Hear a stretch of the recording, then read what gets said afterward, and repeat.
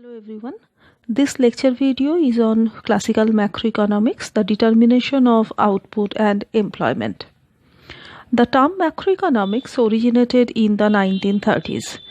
The forces determining income, employment and prices were receiving greater attention since the turn of the 20th century. Now before that, in the economic theory, the microeconomic questions mainly dominated. The World Depression that initiated in 1929 added the urgency to the study of the macroeconomic questions. Accordingly, we get the theories of business cycle and we got the policy prescription for stabilizing the economic activities. How could we explain the short-run fluctuations in the economy, and what are the different policies that are required to overcome the recessions in the economy? One particular theory swept the field and became a new orthodoxy in the macroeconomic thought, and this was termed as the Keynesian economics, introduced by John Maynard Keynes. The change in economic thinking was so massive that this has sometimes been referred to as the Keynesian revolution. But when we term this as Keynesian revolution, then the question that naturally arises is revolution against what? So what was the old orthodoxy? What was the old theories? Keynes termed it as a classical economic model. The modern macroeconomic analysis constitutes a so-called marriage of two quite diverse approaches. The first one is the Keynesian approach and the other is the classical approach. Keynesian approach, as we have just described, has been the product of the 1930s, whereas the classical theory has been an accumulation and refinement of the ideas developed during the earlier centuries. In fact, Keynes started his career as a classical, and Keynes's own ideas, as set forth in his book General Theory of Employment, Interest and Money, incorporated many ideas borrowed directly from the classical theory as well as modifications of the classical ideas which he developed to replace the originals. Later on, the analysis and the different theories have shown that Keynes may have exaggerated the conflict between his own approach and the approach that preceded it, that is the classical theory. It is now more clear than it was at first that Keynes's idea relates to a special case of a more general theory which also embraces much of the classical ideas. In this lecture video, we shall be discussing the classical theory and how the output, prices, employment and wages are determined in such classical framework. Keynes used the term classical to refer to virtually all economists who had written on macroeconomic questions before 1936. Now, in more conventional terminology, we can distinguish between two periods in the development of economic theory and economic thought before 1930. The first one is usually termed as the classical school or the classical theories. So classical theory developed during the period dominated by the work of Adam Smith, David Ricardo and John Stuart Mill. We can identify a second school of thought which is also called the neoclassical period or the neoclassical thought. It has its most prominent English representatives. We had Alfred Marshall, A.C. Pigou and others in this particular school. But Keynes considered these two periods as homogeneous enough to be dealt with as a whole. Therefore, in the classical model that we shall be considering here, we'll be talking about the working of Smith, Ricardo as well as the working of Marshall and Pigou. The main body of the classical economics was microeconomic in character. In fact, Although macroeconomic questions received attention between 1890 and 1930, the birth of a full-fledged macroeconomics came only with Keynes. However, a fairly coherent macroeconomics is at least implicit in the classical models and in the classical traditions, and it has occasionally reached the surface also. However, making this classical macroeconomics complete and explicit has been mainly the work of the post-Keynesian writers. Just as we have described the Keynesian revolution, the classical theory also emerged as a revolution against the theory which is called the mercantilism.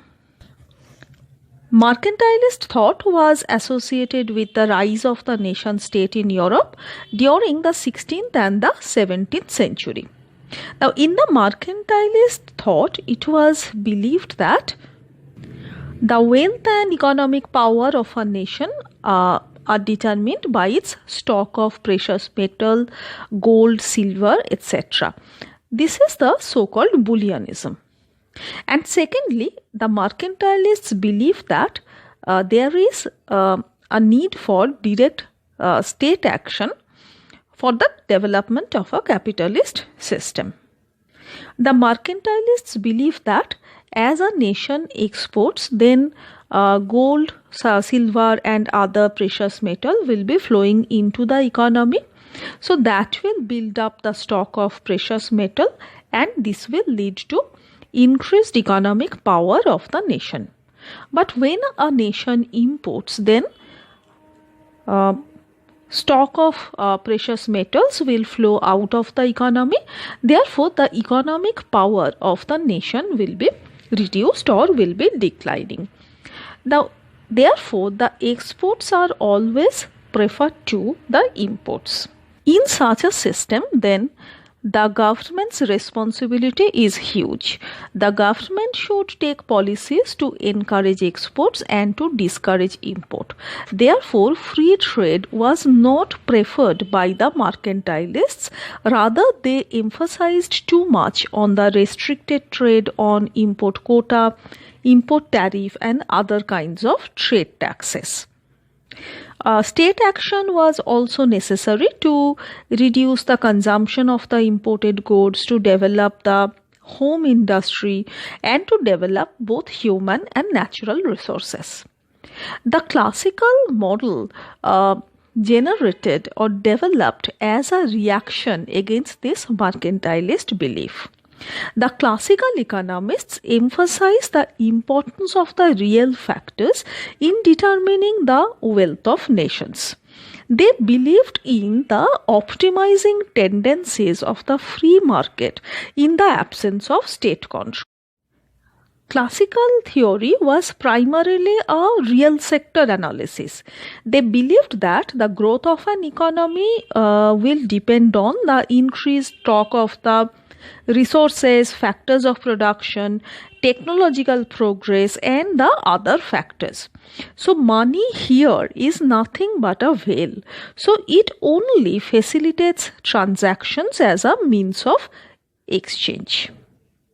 Classical economists believed that almost all the important questions in an economy can be answered without explicitly bringing in the analysis of money. This emphasis on money as a veil constituted their attack on the Bullionism. Moreover, the classical economists believed that individuals are rational enough to optimize their objective function. Therefore, left to itself, the market can lead to efficient allocation of resources. It is the invisible hand of the market which was traced in the classical thought. Therefore, the role of the government was not that important. In fact, the classical economists mistrusted government and they stressed on the uncontrolled operations of the market. In order to understand how the classical macroeconomics worked, it is important to remember that the whole body of classical theory emerged from the study of microeconomic questions. Basically, the classical model dealt with the determination of relative prices for and quantities of goods and services. It considered the determination of relative incomes of all the factors of production and the determination of relative prices of the real and the financial assets. So, therefore, in the classical model, we shall be having three markets separately: the product market, the money market, and the capital market or the loanable fund market. The principal explicit macroeconomic subject of the classical theory was determination of the nominal price level, so that has no influence on relative prices and the income. In their course of analysis, the classical theory established that full employment or the absence of involuntary unemployment is a normal feature of a capitalist economy. Therefore, those who want work will always be employed. Now, it doesn't necessarily mean that there will not be any kind of such unemployment or frictional unemployment.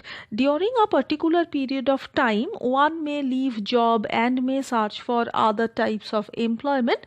Now that unemployment is completely in line with the classical assumptions. The point is that there will be no involuntary unemployment. The classicals also stress that under these assumptions, the economy will always attain equilibrium at the full employment level of output. If there is any deviation from this full employment level of output, then there will be self-adjusting tendencies generated in the economy that will drive the economy ultimately towards the full employment level of output.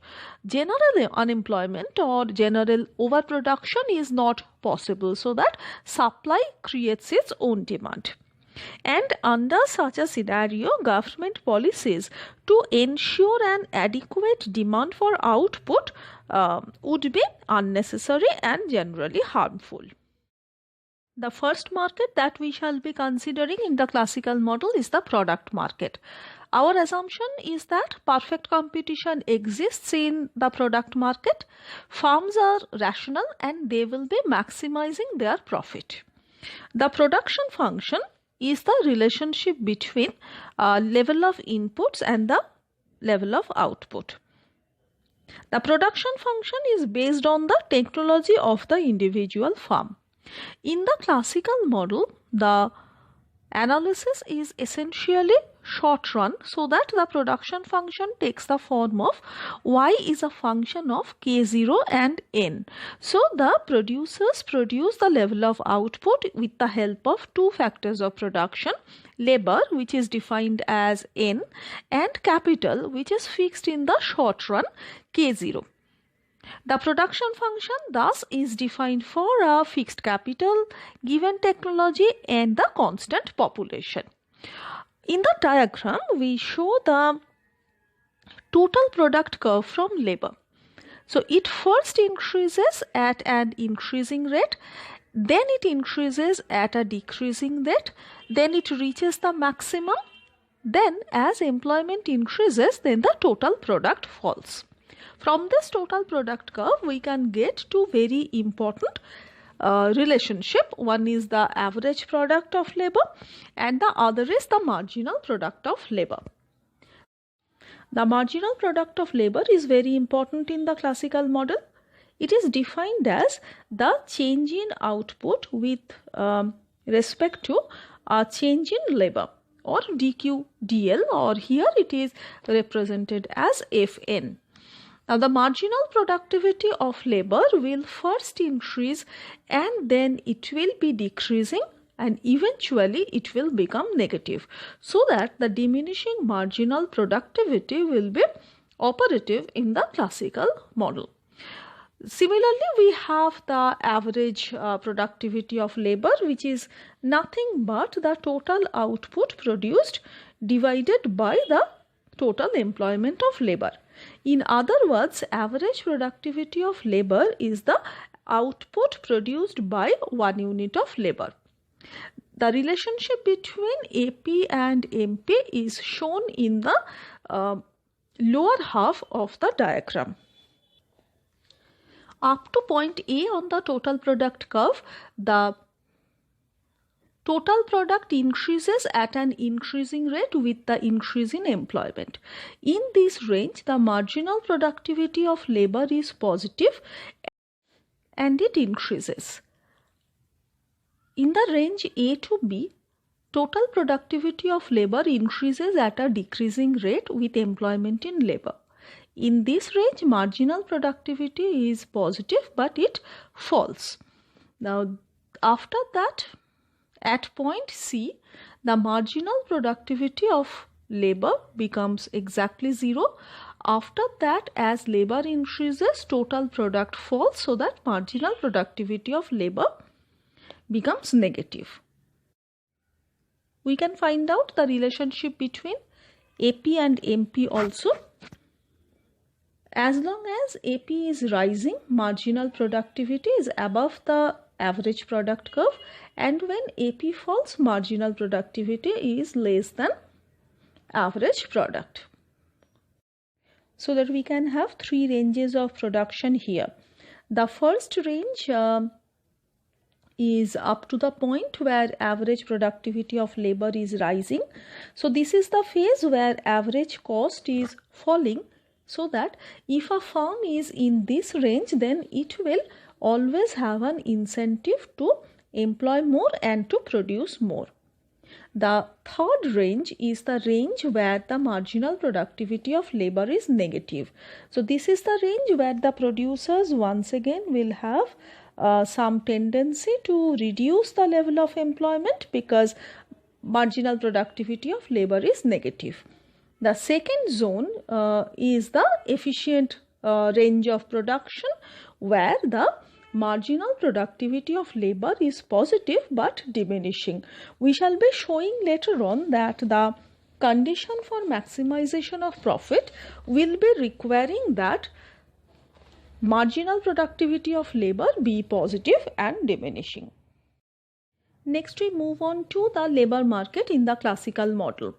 We have 2 factors of production here, but in the short run, since the analysis is essentially short run, so capital is fixed. Therefore, we shall be talking about the labor market, how the demand for labor and the supply curve of labor are derived in such market. The assumptions are that perfect competition is existing in the factor market. Firms and individuals are rational and they are motivated by self-interest. Therefore, firms will be maximizing their profit and the individuals will be maximizing their utility function. In the classical model, all the firms and the individuals will be having perfect information about all the relevant variables. Here, the money, wages and prices are perfectly flexible. This assumption of perfect flexibility of wages and prices are indeed crucial for the classical theory to hold. In the labor market, it is the firm that creates the demand for labor. Therefore, we should consider how the demand for labor is created by individual firms. The perfectly competitive firms would employ labor up to the point where marginal cost of each additional unit of labor would equal the marginal revenue from its sales. Let us consider the profit function for the individual firm. It is given as pi equal to P into F minus WL minus A. P is the commodity price. F is the total product of labor. Therefore, P times F is the total revenue from sales. Minus WL is the total labor cost. Labor is the only variable factor of production here. Therefore, WL is the total variable cost. And in A, we club all other costs together. The firm chooses the labor L in order to maximize this profit. The first order condition is del pi del L equal to 0. which states that P into marginal productivity of labor minus W is equal to 0. Therefore, P into marginal productivity of labor is equal to W, or marginal productivity of labor is W by P, or the real wage rate. Therefore, in the classical model, the firms will be employing labor up to the point where its marginal productivity is equal to the real wage rate. The second order condition states that P into FLL is less than 0, or it implies that FLL less than 0. So here lies the importance of diminishing marginal productivity. If the diminishing marginal productivity is operating from the very beginning, then the second order condition will always be satisfied. Now we consider the equilibrium condition in a bit detail and we try to explain it. So W by P is equal to MPN may be written as W is equal to P times MPN, or W is equal to VMPL of labor.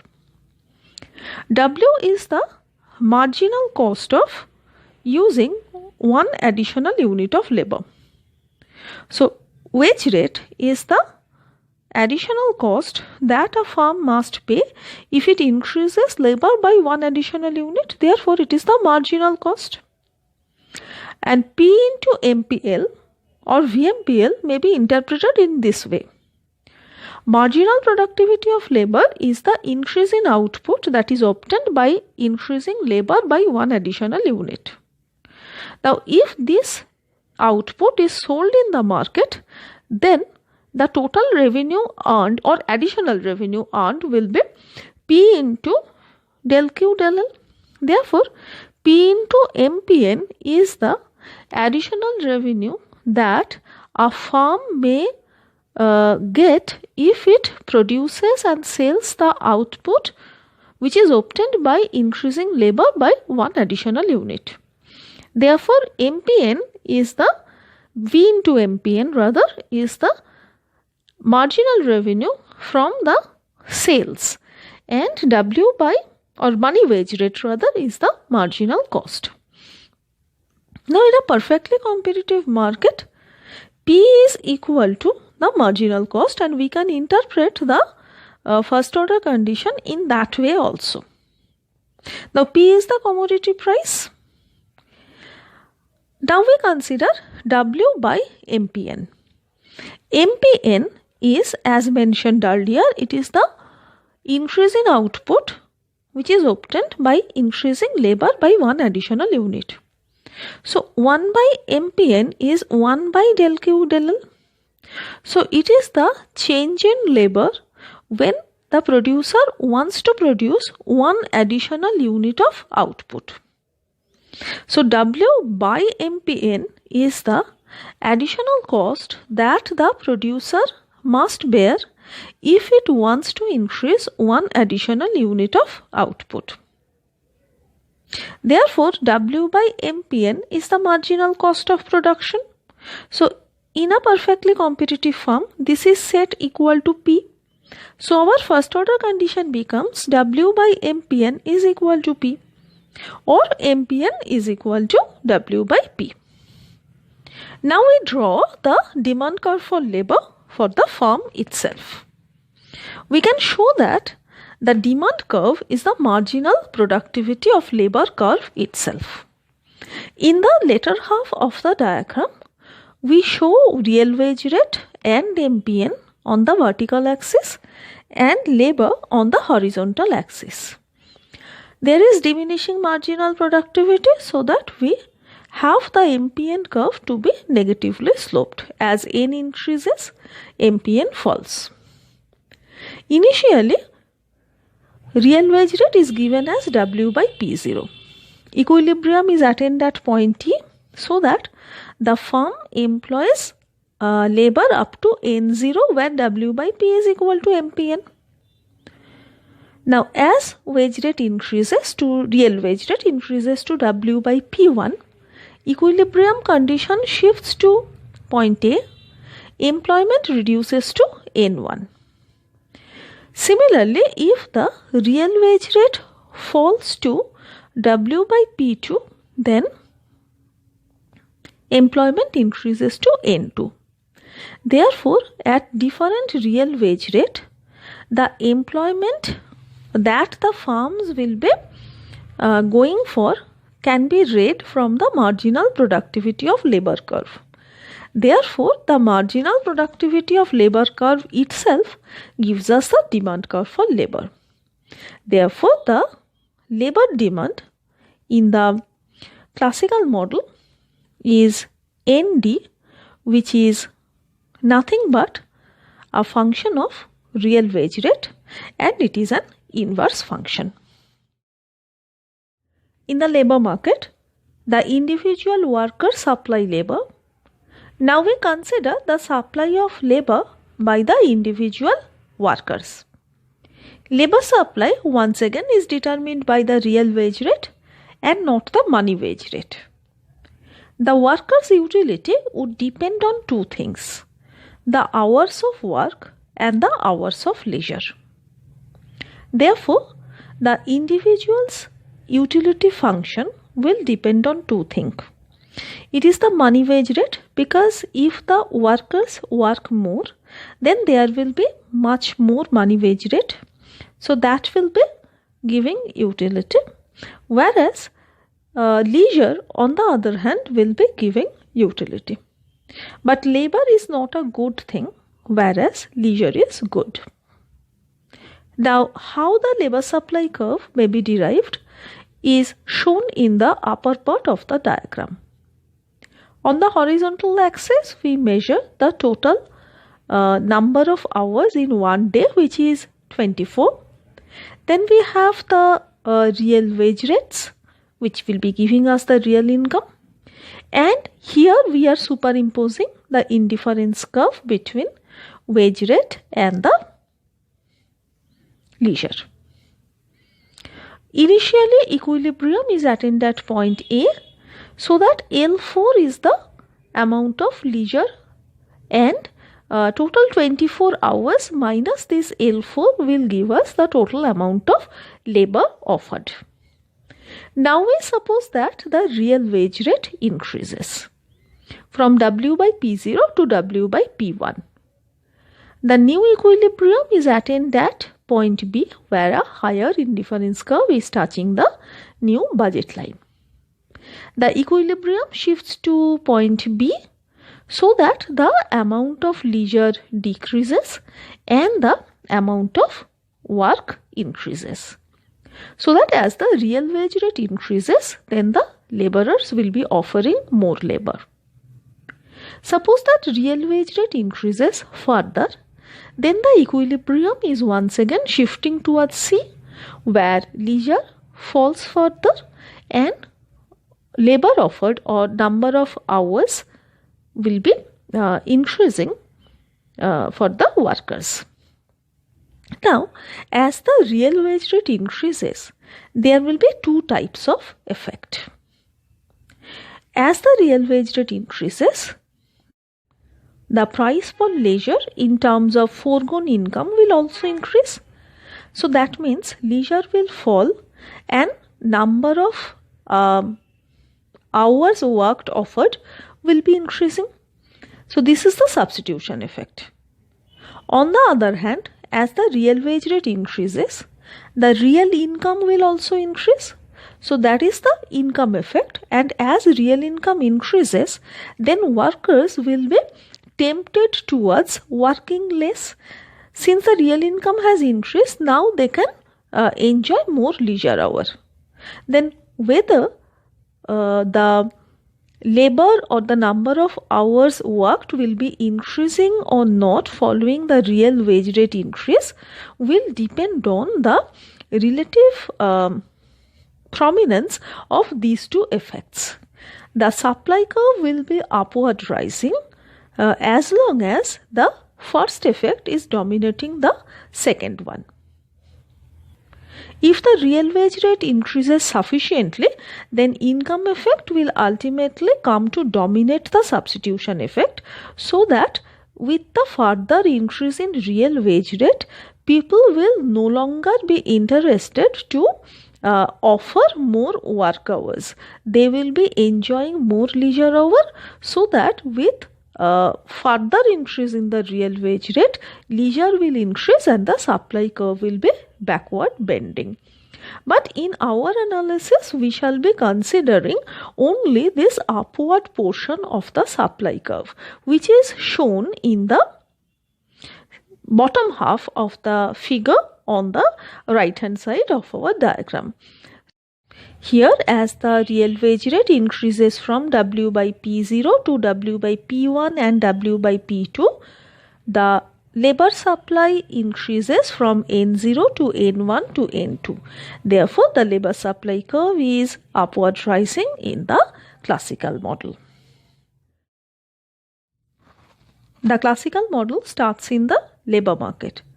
In order to show how the output and employment are determined in the classical model, we start from the labor demand and the labor supply curves in the labor market. The labor demand curve ND is shown as a downward sloping schedule. This is because as real wage rate rises, then the labor demand falls.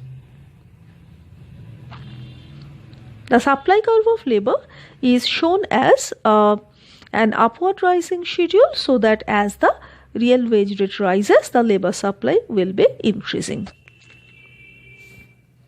These two curves intersect at point E, which is the equilibrium, so that equilibrium real wage rate is W by P0 and the employment is NF. This employment is the full employment in the classical model. So, full employment level is the rate of employment where those who want work will be finding work, so that the supply curve of labor will be intersecting the demand curve for labor at the full employment level.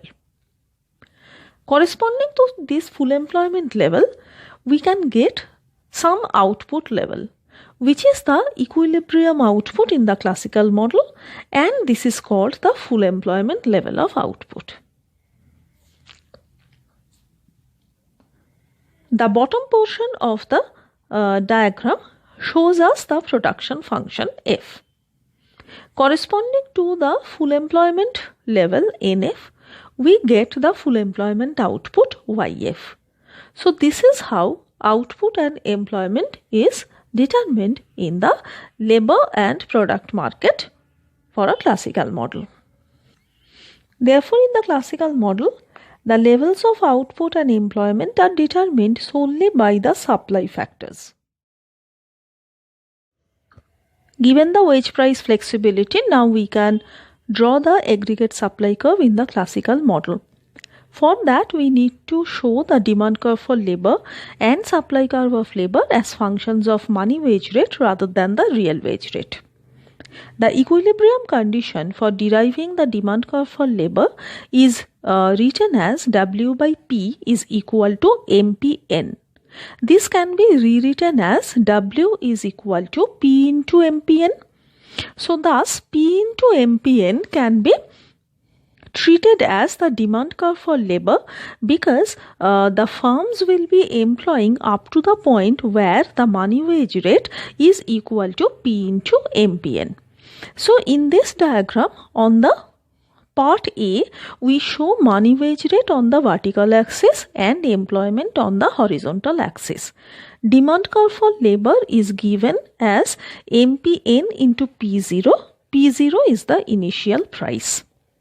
The supply curve of labor is drawn as a function of money wage rate NS P0.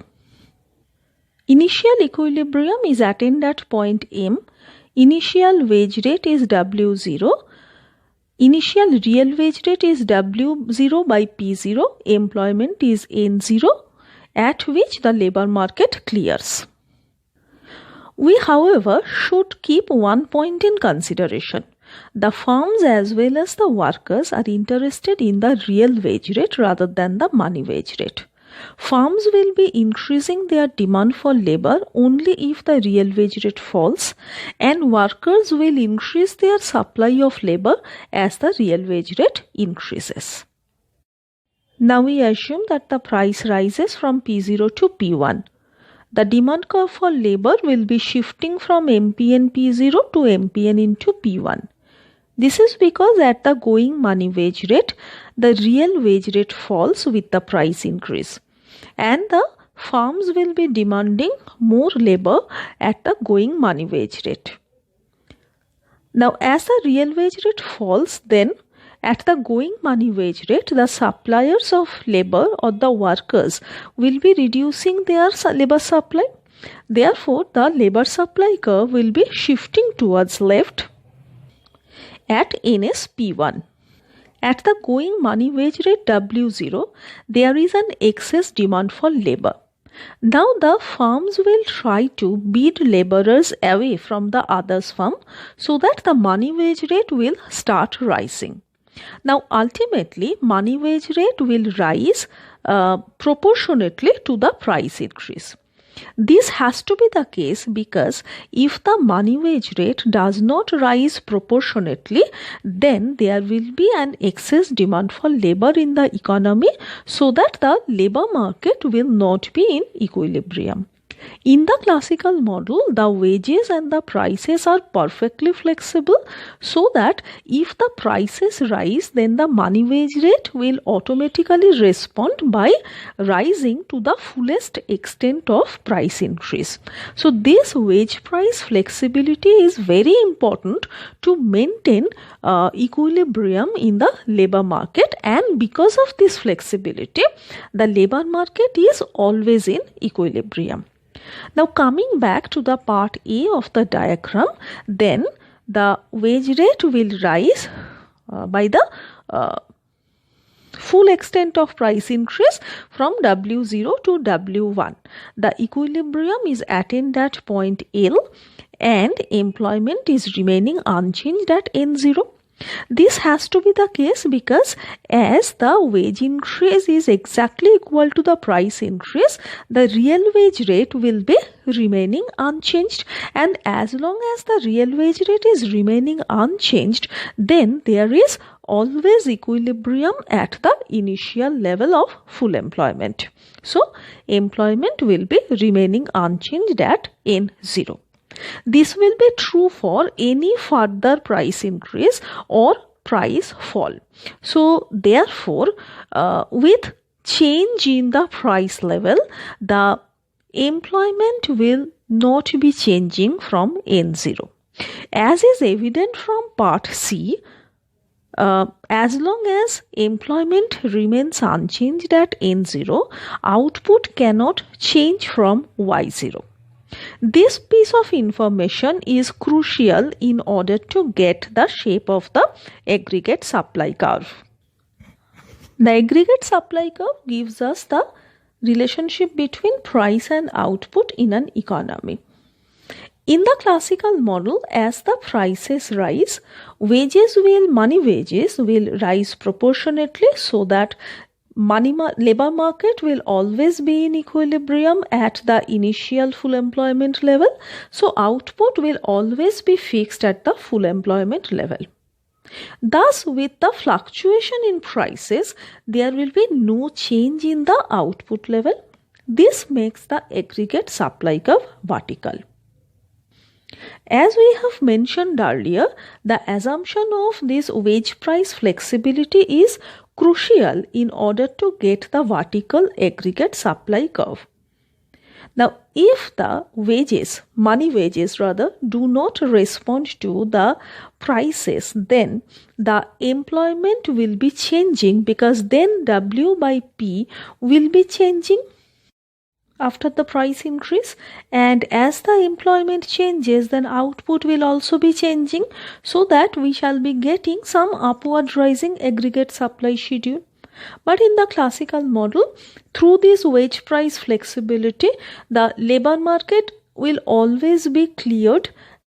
The full employment of labor will always be guaranteed. Therefore, the aggregate supply curve will be vertical always. This vertical aggregate supply curve shows the supply determined nature of output and employment. So, output and employment will be changing only in response to the any kind of supply shock or supply impetus. The aggregate demand will have actually no role to play in the classical model. The classical economists also pointed towards inefficacy of the government intervention in such models, and they offered some policy prescriptions also. For example, John Stuart Mill was of the opinion that government intervention may be completely ineffective and undesirable in such a framework. The changing quantity of money as it is done in the monetary policy, changing the government expenditure or affecting the level of investment may be totally undesirable and ineffective, because all these will be affecting the aggregate demand. And as long as the aggregate supply curve is vertical, because of the wage price flexibility and continuous clearance of labor market, the output and employment will be completely supply determined. Aggregate demand will have no role to play. Issues, however, will be there if the government taxations are concerned.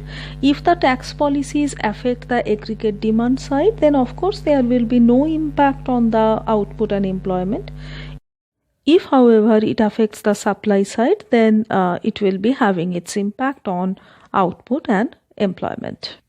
Thus, we have seen how the supply curve is determined in the classical model. In the other lecture videos, we shall be talking about the aggregate demand, how they are derived. Basically, we shall be talking about the classical theory of money, the theory of interest rate, and then we shall be talking about the policy implications. So till then, bye. Have a good day.